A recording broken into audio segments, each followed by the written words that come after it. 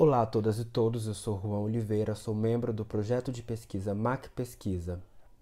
Educação Básica, Estudos Lusófonos, a prática da literatura africana de língua portuguesa no ensino médio.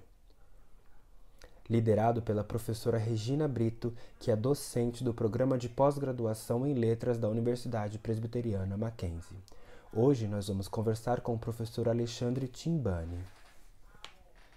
O professor Alexandre é pós-doutor em Linguística Forense pela Universidade Federal de Santa Catarina, pós-doutor em Estudos Ortográficos pela Universidade Estadual Paulista Júlio de Mesquita, doutor em Linguística e Língua Portuguesa pela Unesp, mestre em Linguística e Literatura Moçambicana pela Universidade Eduardo Mondlane, em Moçambique, e ele é licenciado e bacharel em Ensino de Francês pela Universidade Pedagógica, também em Moçambique.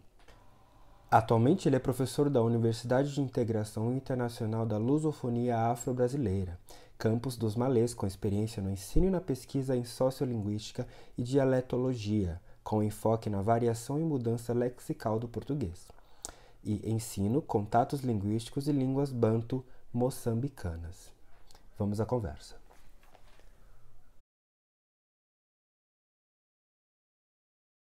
Primeiramente, né, quero agradecer, né, esse convite para conversar um pouco sobre a literatura.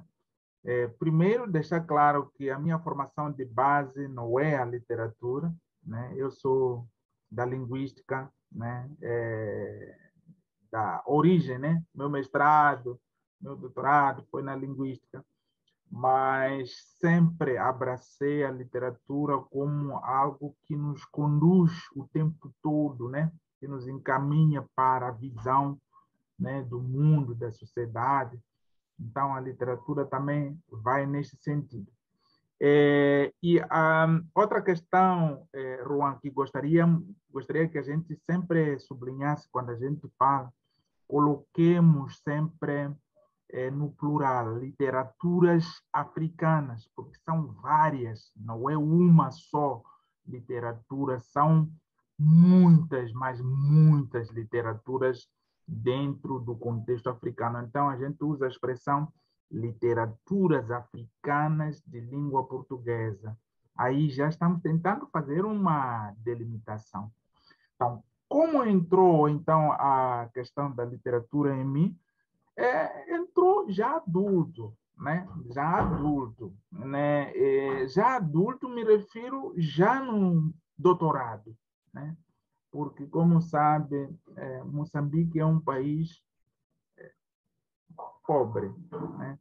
E o primeiro contato com algum texto literário foi com livro escolar, um livro distribuído dentro da escola, né? Minha escola não tinha biblioteca, até hoje não tem. Até hoje. Até hoje. Não tem. Já passei por lá, não tem. Então, a minha literatura ela vai iniciar especificamente nesse âmbito, né? O meu primeiro contato é com o livro do aluno, o livro escolar, né? Que normalmente o livro escolar ele apresenta trechos, não consegue apresentar uma obra inteira. Então, são trechos, um resumo, né? Alguém lê a obra e faz um resumo e deixa lá no livro do aluno, né? Então, esse foi o meu primeiro contato. Os meus primeiros livros mesmo, comprar um livro de literatura para mim, comprei aqui no Brasil em 2010. A primeira vez que eu comprei o livro da literatura, meu livro, meu, foi em 2010. Porque, enfim, as obras que os escritores que vocês conhecem aqui no Brasil,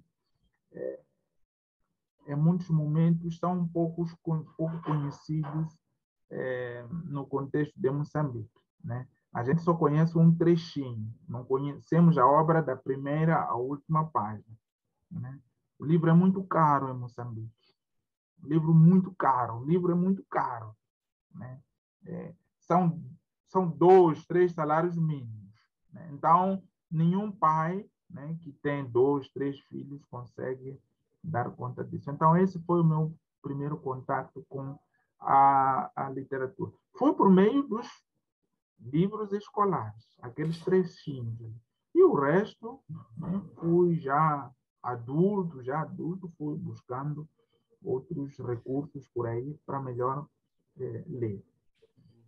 Qual foi o primeiro livro que o senhor comprou? Qual foi o título? Terra Sonâmbula mesmo, do Miyamoto. Terra Sonâmbula. Esse aqui que ainda tenho até agora. Esse aqui. Depois acabei tendo outros, mas a Terra Sonâmbula foi o meu ponto de partida. Conforme vê, é uma obra muito recente essa aqui. Uhum. Sim. E o que mostra que o meu ingresso mesmo na literatura foi muito, muito, muito recente.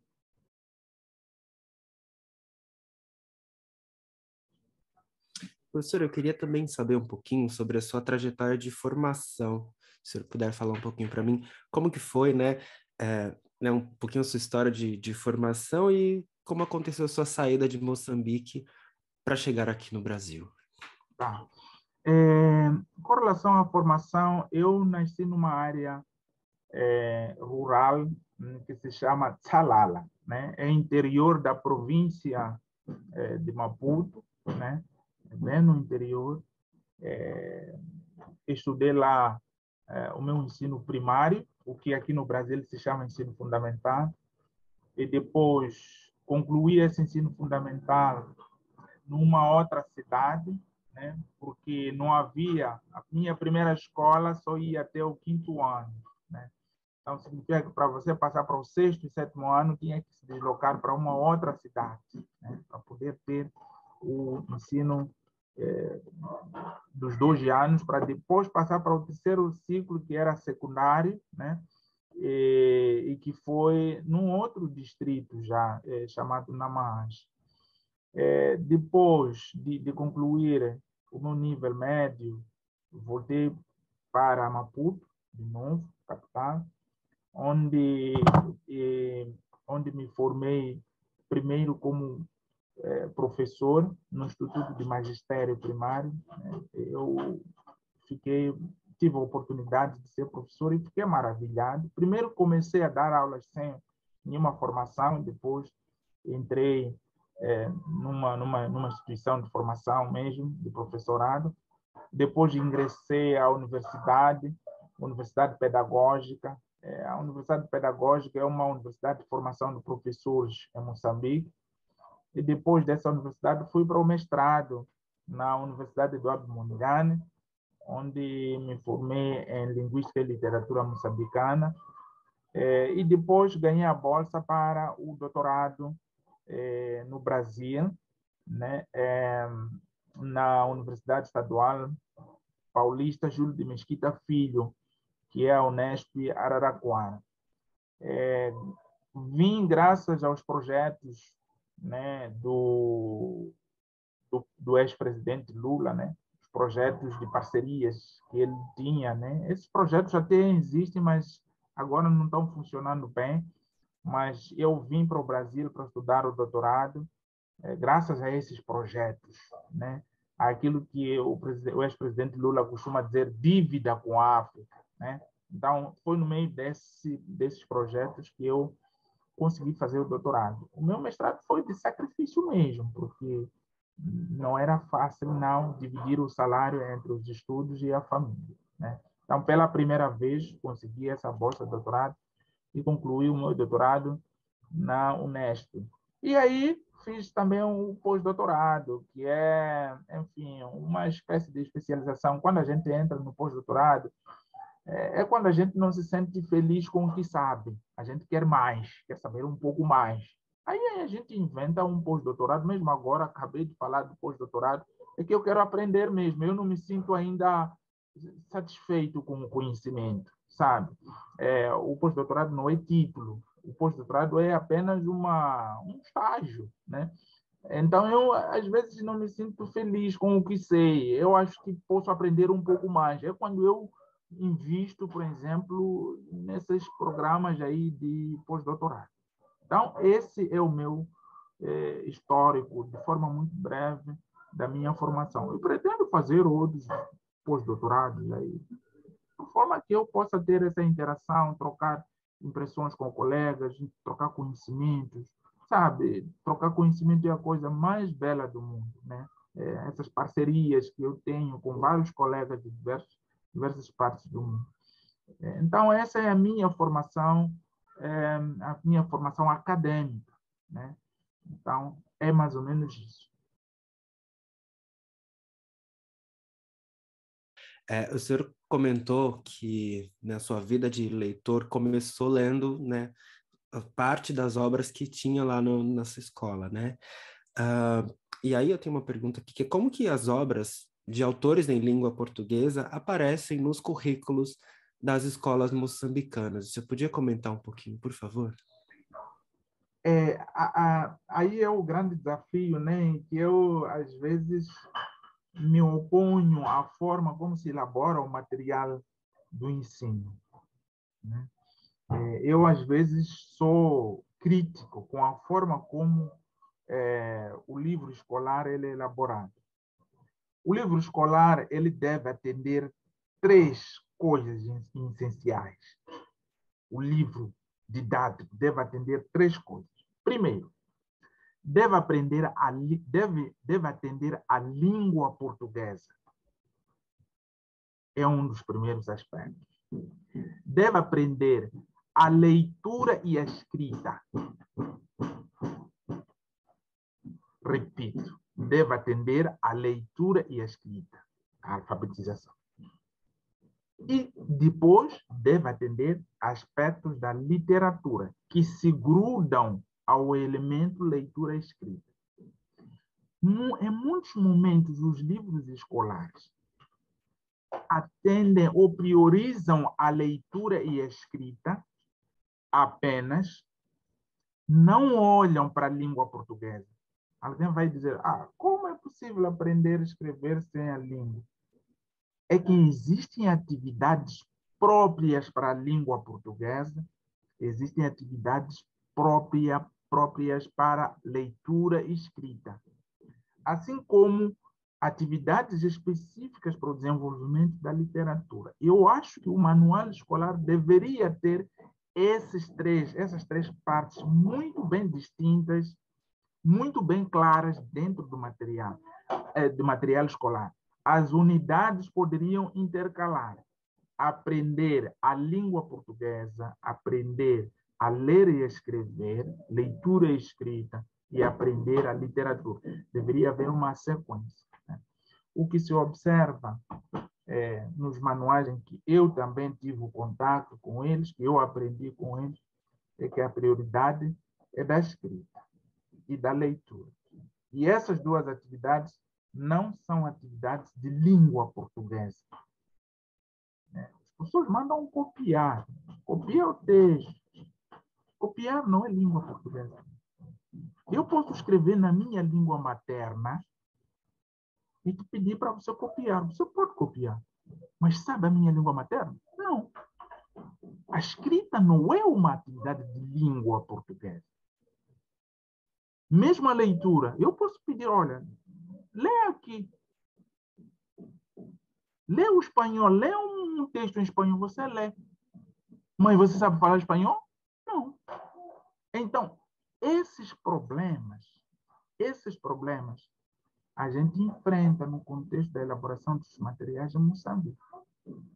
Então, o meu contato, né, com a literatura é por trechinhos. Esses trechinhos de uma página, esses trechinhos de uma página e meia, né, que aparecem. Por quê? Deveria haver esses trechinhos, no meu ponto de vista, o Estado, o governo de Moçambique, o Ministério da Educação, né, deveria elaborar esse manual do aluno com esses trechinhos, mas existir na biblioteca um livro inteiro para que o aluno possa ter o contato da essência da obra do autor. Porque resumir uma obra como esta em uma página e meia, há muita coisa que fica de fora.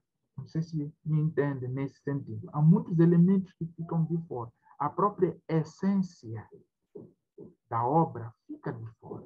O resumo de uma a duas páginas não resolve resolve a nossa questão. Então, o investimento em bibliotecas é que viria resolver os grandes problemas da literatura. Esses problemas são muito parecidos com os problemas do Brasil. Estou falando de Moçambique, mas acho que você se revê também nos problemas da elaboração dos materiais didáticos no contexto do Brasil. Me parece mesma coisa, pelo que eu tenho olhado e visto, me parece que é a mesma coisa, é nessa perspectiva. É oferecer um manual que tenha lá uma, 2 páginas de uma obra inteira, de 200 e tal páginas, né? E depois não ter a biblioteca para que esse aluno possa aprofundar e complementar o seu conhecimento. Então, é isso.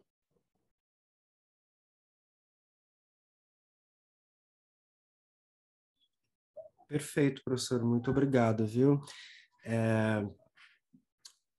Seguindo aqui, ainda olhando para o estudante, queria que você falasse um pouquinho sobre como que você percebe a relação do estudante moçambicano com a literatura que é produzida em Moçambique. O senhor citou, né, das dificuldades de acesso aos livros, né, de como o contato com as literaturas acabam sendo justamente e unicamente nos livros didáticos. Mas se a gente pudesse esticar um pouquinho essa conversa, eu queria que o senhor comentasse um pouquinho mais sobre como que o senhor vê a relação mesmo do estudante moçambicano com a literatura, as literaturas. Desculpe. Sinceramente é muito fraco, né? Sinceramente é muito fraca essa relação, né? Há momentos que eu sinto que o Miyakoto é conhecido fora, mais fora do que dentro de Moçambique. Há momentos em que Paulina Chiziane é conhecido mais fora do que dentro. Moçambique não tem apenas a Paulina Chiziane e Miyakoto. Tem muitos outros escritores, mas em muitos momentos o contexto em que nós vivemos, as dificuldades em que Moçambique passa, né? Às vezes não tem como visualizar os outros, né? Mas os estudantes, né, aqueles que se dedicam, por exemplo, a um curso superior em literatura, esses sim acabam aprendendo, né? A Universidade Eduardo Mondlane, a nossa maior universidade em Moçambique, tem um departamento, tem um setor específico, formação de professores ao nível da graduação e pós-graduação, né? Você sabe muito bem que, às vezes, esses cursos não têm um retorno direto, né? O ser professora, as pessoas dizem, o professor não ganha mal, o professor não... Ainda mais professor da literatura. Onde você vai trabalhar? Onde você vai, né? Então, não tem havido essa motivação no sentido de puxar as pessoas para essas áreas, mas os poucos que existem são competentes, têm feito o seu trabalho na medida do possível, né? E até porque é necessário, né, que possamos todos nós incentivarmos. Eu tenho aí algumas publicações onde eu falo muito da questão do ensino da literatura nas escolas. Eu tenho dado esse enfoque na necessidade de despertar o espírito literário dentro dos estudantes. O despertar do espírito de leitura não é apenas dizer vai lá ler este livro, vai lá ler aquilo. Não. É preciso que ofereçamos condições ao aluno, né, para que ele possa, enfim, desenvolver o seu trabalho de forma plena. Então é isso. Não é 100% boa, né? Não é uma relação que estaria comparando com Portugal, né, com outros países. Na medida do possível, existe essa sincronia. Os alunos vão se motivando com base no livro escolar e depois daí cada um vai pelo seu gosto, né? Aquele que quiser seguir as letras, então faz, estuda a literatura com mais profundidade. senhor comentou, né, que às vezes, né, o Mia Couto, a Paulina, são muito conhecidos fora, né, de Moçambique. Se o senhor pudesse elencar, assim, quais seriam os motivos, por que isso acontece? Quais seriam por que isso acontece? Bom, acontece porque a divulgação de um livro exige condições financeiras, né? Minha Couto tem essas condições, né? Minha Couto tem patrocinadores. Minha Couto tem a Companhia de Letras aqui no Brasil de braços abertos para receber qualquer trabalho de Minha Couto, né? A maior parte dos trabalhos dele são produzidos pela Companhia de Letras, né? Mas temos vários outros também moçambicanos escrevendo, mas que não têm essas oportunidades. Então, a visibilidade de Minha Couto. Semana antepassada, Minha Couto ganhou, há pouco tempo aqui, ganhou o prêmio Doutor Honoris Causa, da Unesp. Estou falando de coisas bem recentes, semana antepassada, retrasada. Quer dizer, a visibilidade dele, né, é muito mais ampla. As oportunidades para ele caíram-lhe assim, muito mais forte. Uhum. E isso de nenhuma forma se reflete internamente em Moçambique, por exemplo? Por que que não se reflete internamente? Eu acho que é a partir das oportunidades, né?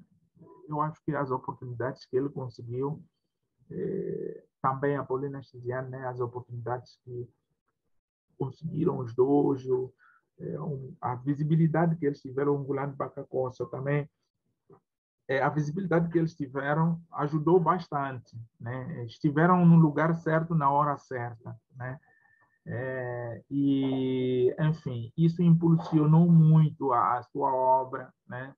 Impulsionou muito o trabalho que eles desenvolveram, né? E fez com que fossem muito mais conhecidos. É um desafio, mesmo aqui no Brasil, temos muitos casos de escritores que passaram do anonimato, né? Mas que desenvolveram muitos trabalhos interessantes. Então, esses contextos todos também são vislumbrados no contexto de Moçambique também, em que você tem um, dois, três que nos representam o resto, né? Eles vão à frente, eles estão à frente, né? Quando você fala de Moçambique, às vezes as pessoas já pensam neles, nesses dois que estão dois ou três ou quatro que estão em frente.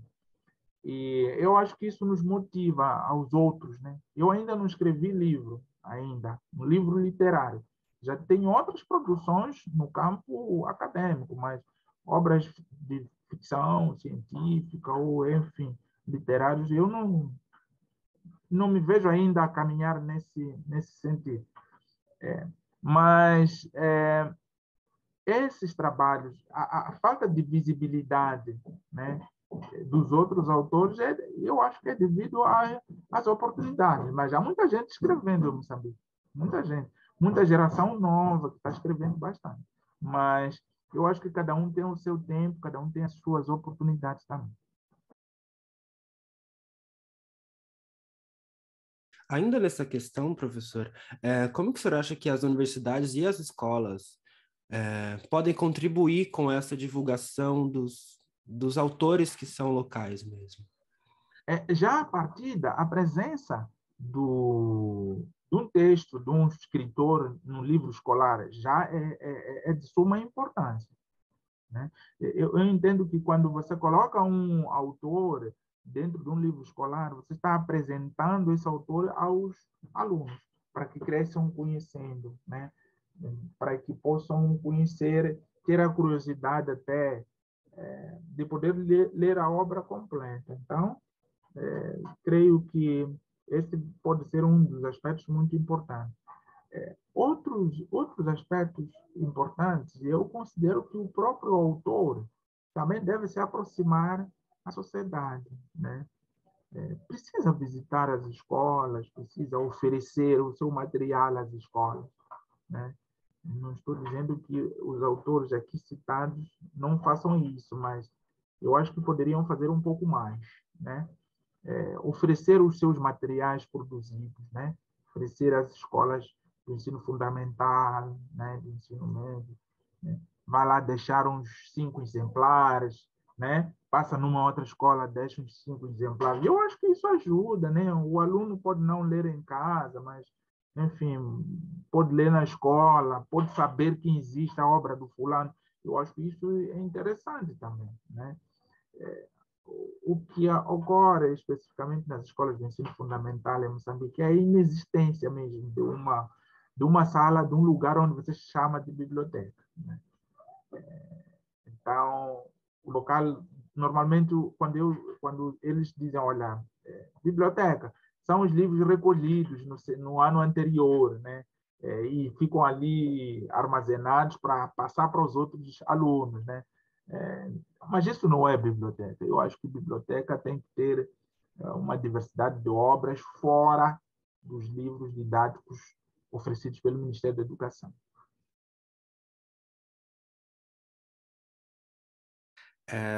A gente percebe muitos textos que são de origem da cultura africana, né? A presença muito grande da oralidade, né? Das tradições ancestrais. Eu pergunto para o senhor, assim, como pesquisador, como que o senhor vê, assim, a força da tradição e do conhecimento empírico nas obras e também qual que é a importância, né, de que esses mitos e tradições da cultura africana apareçam nas literaturas?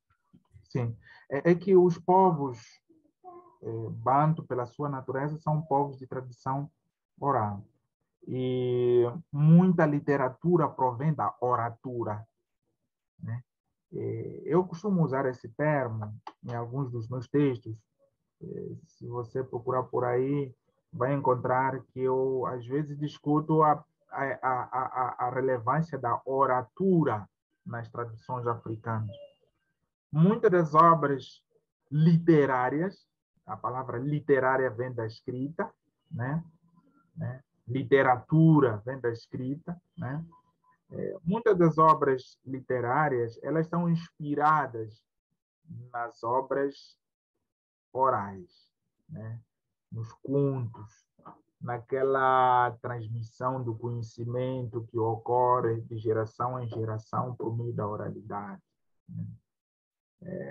O que nós temos como tradição é que, quando chega ao fim do dia, nos aproximamos à roda, né? Fazemos uma roda em volta da fogueira e ouvimos as histórias dos mais velhos. Muitos escritores se inspiram nesse processo aí, né? De ouvir o conto, né? As histórias da oralidade, e trazem isso para a literatura. Atenção, não ocorre apenas com os escritores moçambicanos, mas também, né, de toda a lusofonia, né? Ontem eu estava a fechar um texto com um estudante que vamos publicar, que a gente analisa a obra da escritora guinense Odete Semedo, né? A obra é Sonéa.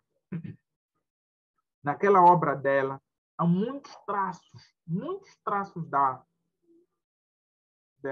das tradições orais, e há muitos traços daquilo que vem da oratura, e ela converte isso para a literatura, né?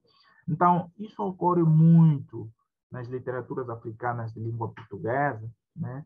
Mesmo nas literaturas africanas de língua inglesa. Se você vai para a Nigéria, a Chile, sei lá, vários outros escritores, outros e outras escritores e escritoras cuidam disso, não sai. É um DNA, é como se fosse um DNA, né? É como se fosse uma marca. Não tem como tirar isso, né? Porque a oralidade é mais importante do que a escrita. Na escrita é muito recente, né? Muito recente a escrita, mas a fala, né, a oralidade é a mais importante.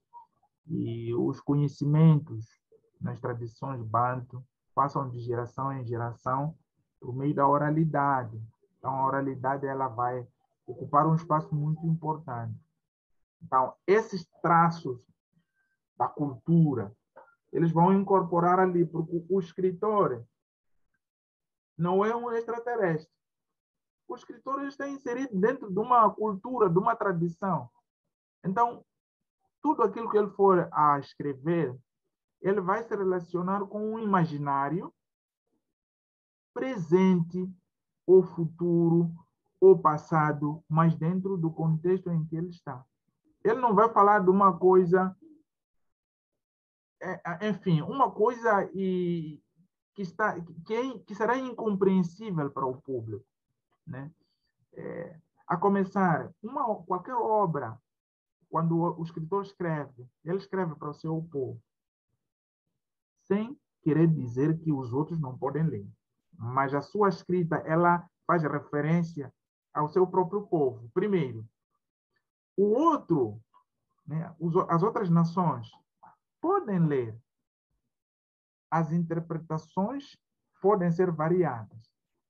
Algumas práticas até podem ser criticadas por esses outros e não serem criticadas por aquele grupo que está ali. Eu vou dar um exemplo para você, para ficar mais fácil. A poligamia. Veja só a questão da poligamia. Olhando para a tradição cultural brasileira, a poligamia é algo estranho, evitável, né? Até em termos de lei, né? É proibido, né? No contexto de Moçambique, daqui. Mas nas culturas, tradições e moçambicanas, nas culturas e tradições locais de Moçambique, isso não é nada, não é problema. Então, nós estamos lendo o mesmo texto. Se o autor traz esse fenômeno, como a Paulina Chiziane traz, por exemplo, na obra dela, que fala da poligamia, ela traz uma crítica, mas, ao mesmo tempo, há muitos elementos que não ficam estranhos para nós que somos de Moçambique, porque vivemos essa realidade. Mas para o outro, né, que lê, estando em outros quadrantes, porque a cultura sempre ela entra em jogo na leitura.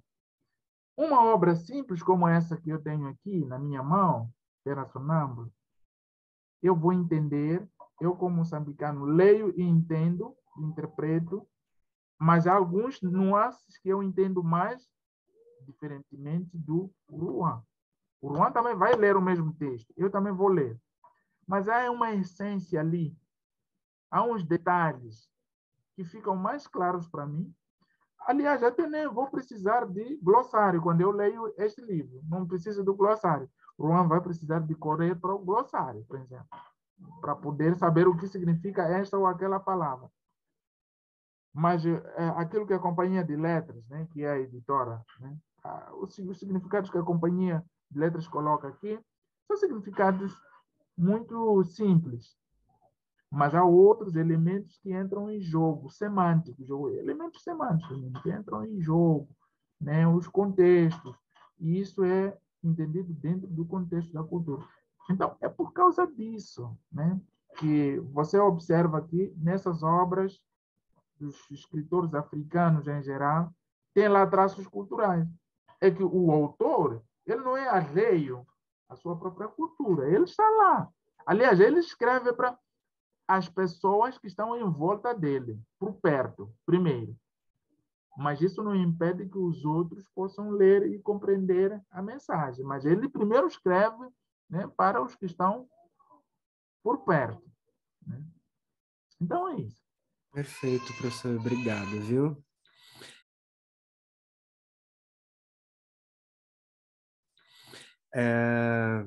O senhor até comentou um pouco sobre a divulgação, né, do Mia Couto, da Paulina, e tal, de alguns autores moçambicanos que têm uma divulgação um pouco maior.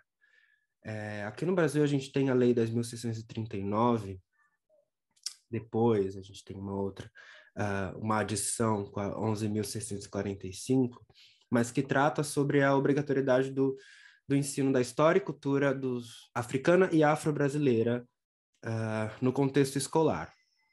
Com isso, a gente viu que houve um aumento, né, do uso de literaturas africanas dentro da sala de aula. Minha pergunta, professor, é como que o senhor vê a divulgação da literatura moçambicana no Brasil, especificamente, e também, se o senhor puder complementar, sobre a sua interpretação para a inserção da literatura moçambicana no contexto da educação básica e também, né, em outros contextos da educação, como, por exemplo, a gente tem o caso do livro da Paulina Chiziane, que faz parte da lista de livros a serem lidos na Unicamp, por exemplo. Este assunto, né, da Lei 10.639 é um assunto muito interessante, né, de olhar a África como berço da humanidade, de olhar a África como parte integrante do Brasil, né, porque a formação do povo brasileiro inclui a presença dos africanos aqui, né? Aqui temos os povos indígenas, né? Temos os povos europeus, temos povos asiáticos, mas também temos os povos africanos, que os últimos estudos do IBGE, né, apontam para mais da metade dos brasileiros, né, são negros, né? Então, a presença africana é forte, está presente aqui. E é muito interessante conhecer as origens, né? Saber de onde você vem, porque com isso você sabe mais ou menos ou tem a ideia de onde, para onde você vai, né? Então é bem-vinda essa lei, a 10.639, pelo fato de trazer para perto, né, a cultura, né, as literaturas africanas, né, em sala de aulas, né? O Enem já traz sempre algumas perguntas ligadas a essa temática. Isso é interessante, né? Eu acho que isso também eleva a autoestima, né, da sociedade, né, especificamente para os negros, né, os pretos, como se pode dizer, né, para que o preconceito não persista dentro da nossa sociedade. É importante também trazer-se essa história, porque o desconhecimento às vezes causa problema, né? Há muitas pessoas que podem pensar que a África é só animais selvagens. Não, tem cabeças pensantes, tem cultura, tem tradição, né? Então, trazer esse elemento, né, para as escolas brasileiras, eu acho uma coisa fantástica, né? Uma coisa muito bem acertada. Mas também gostaria muito que, dentro desta lei de 10.639, também se trouxesse muito da oratura dos povos indígenas, né? Também se incluísse, né, da literatura dos povos indígenas, se incluísse dentro disso, né? Isso seria muito interessante. Não visualizar apenas a literatura que vem da Europa, da Ásia, mas também trazer um pouco daquilo que os povos indígenas produzem, né? E mistura isso com aquilo que os povos africanos produzem, eu acho que será de maior valia. Com isso, quero dizer que não existe um povo melhor que o outro. Todos os povos são importantes, né? E que o conhecimento das outras culturas engrandece o ser humano, né? O maior preconceito vem da ignorância. Muitas das pessoas não conhecem, né, as coisas e aí colocam os pés pela cabeça ou vice-versa, né? Mas o interessante é que se você conhece o outro, você sabe como respeitá-lo, né? Se você não conhece, como vai respeitar? Então, trazer a Lei 10.639, né, o estudo da história da África, né, e das suas culturas e tradições, é muito importante, porque busca, de certa forma, valorizar as origens, valorizar esse povo, né, para além de trazer no aluno, no estudante, né, o espírito de igualdade e irmandade entre as pessoas, né? Então, eu acho que isso é muito importante. Agora, com relação aos manuais, eu ainda não vi como é que são os manuais lá do ensino médio, mas creio que possam sugerir, devem estar sugerindo algumas obras, né? Algumas obras em especiais. É claro que não é possível saber de tudo, mas se você pegar alguma obra da Guiné-Bissau, uma obra de Angola, uma obra de Moçambique, de Cabo Verde, de São Tomé e Príncipe, né, já ajuda muito, né? Não precisamos trazer tudo de uma só vez.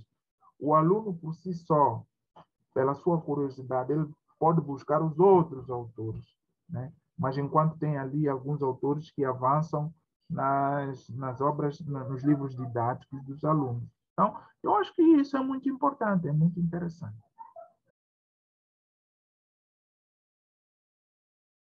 O senhor tem uma obra que é realizada em coautoria com o Robson Oliveira Paim, que fala um pouquinho, né, sobre educação no Brasil.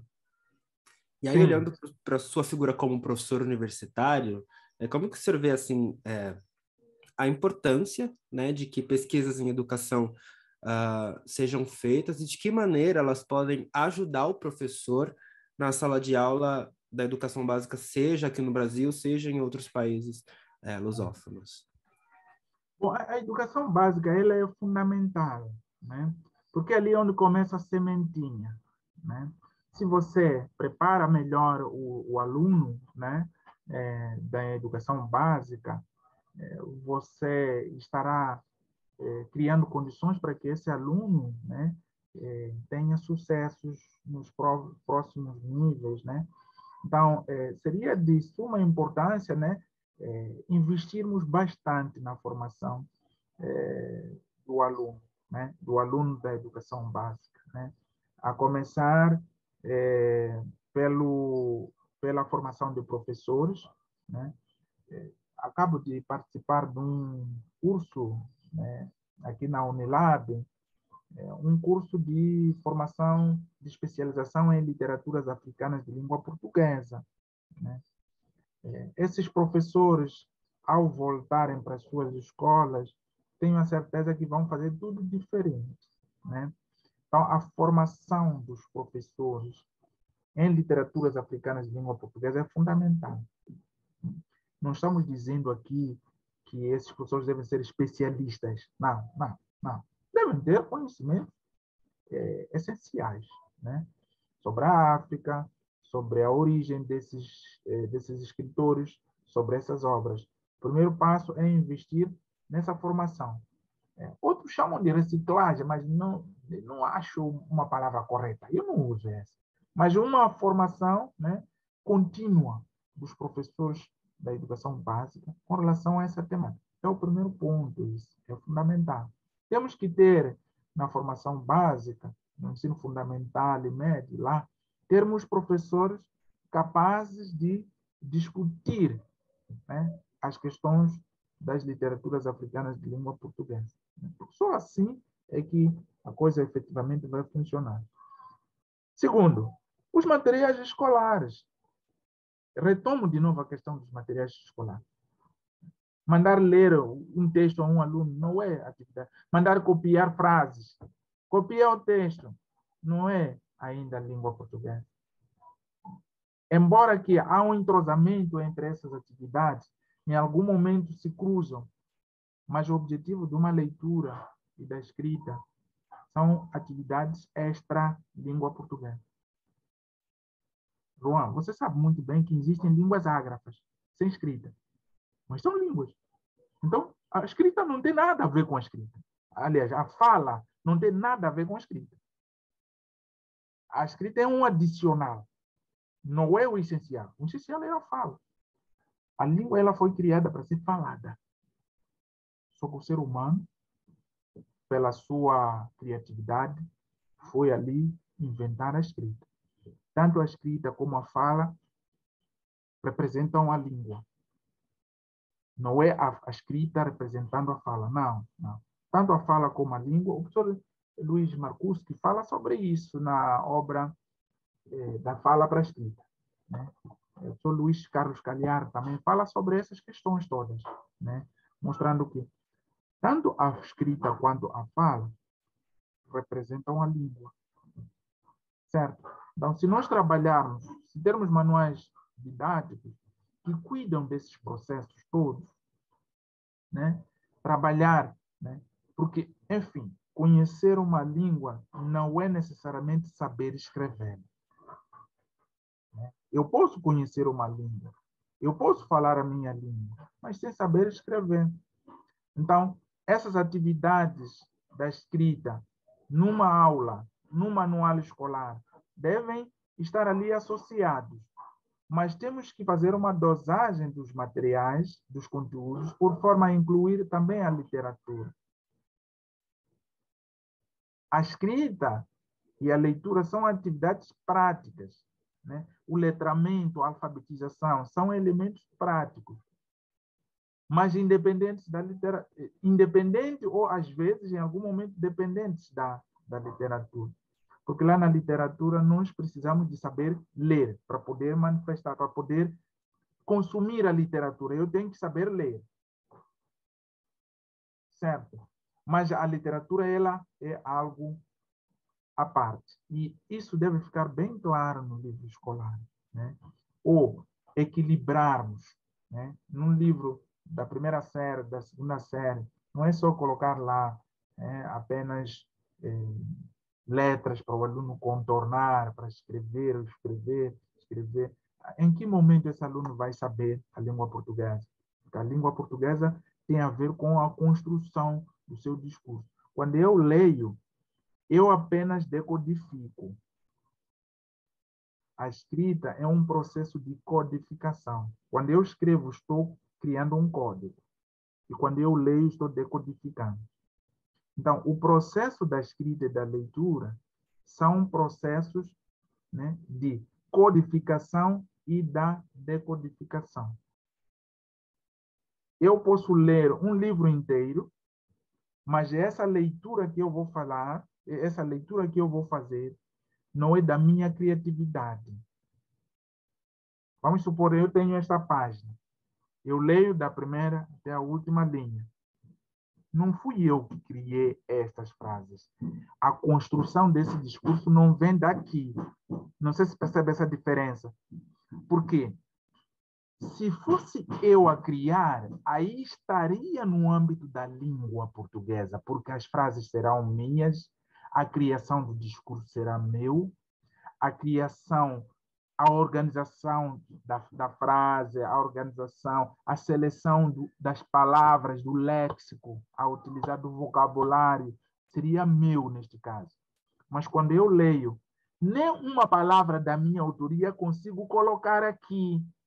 Não consigo colocar aqui, porque aqui é um processo de decodificar, de descobrir o que foi codificado. Só isso só. Não tem nada a ver com língua portuguesa. E nós precisamos, em sala de aula, trabalhar esses aspectos. Eu estou tentando discutir isso com os colegas, né, pesquisadores também. Estou tentando discutir isso, mostrar que, olha, pedir para o aluno ler daqui até aqui, nenhuma frase criada pelo aluno vai aparecer. Nenhum discurso criado pelo aluno vai aparecer. Aqui é um processo apenas de decodificação. Só isso. É claro que isso tem que se aprender. É claro que é tarefa da escola fazer isso. Mas temos que equilibrar as atividades, né, em sala de aula. Tanto na metodologia, nesses manuais escolares. Precisamos de equilibrar para que possamos avançar em todos os sentidos. O aluno sabe ler, mas quando você pede para ele criar o seu próprio discurso, ele não consegue falar. Fala sobre a coisa tal, não consegue falar, porque ele não sabe a língua portuguesa. Mas ele sabe ler. Leitura é um processo de decodificação. E não tem nada a ver com a língua. É verdade que ali há um entrosamento, mas tratamos da língua, mas não é a coisa fundamental. Né? Então, são essas questões, Luan, que eu queria aqui apontar. Eu, às vezes, desenvolvo e vou muito mais além, mas a ideia aqui é que você também aproveite nessa entrevista aqui outras coisas que me interessam discutir.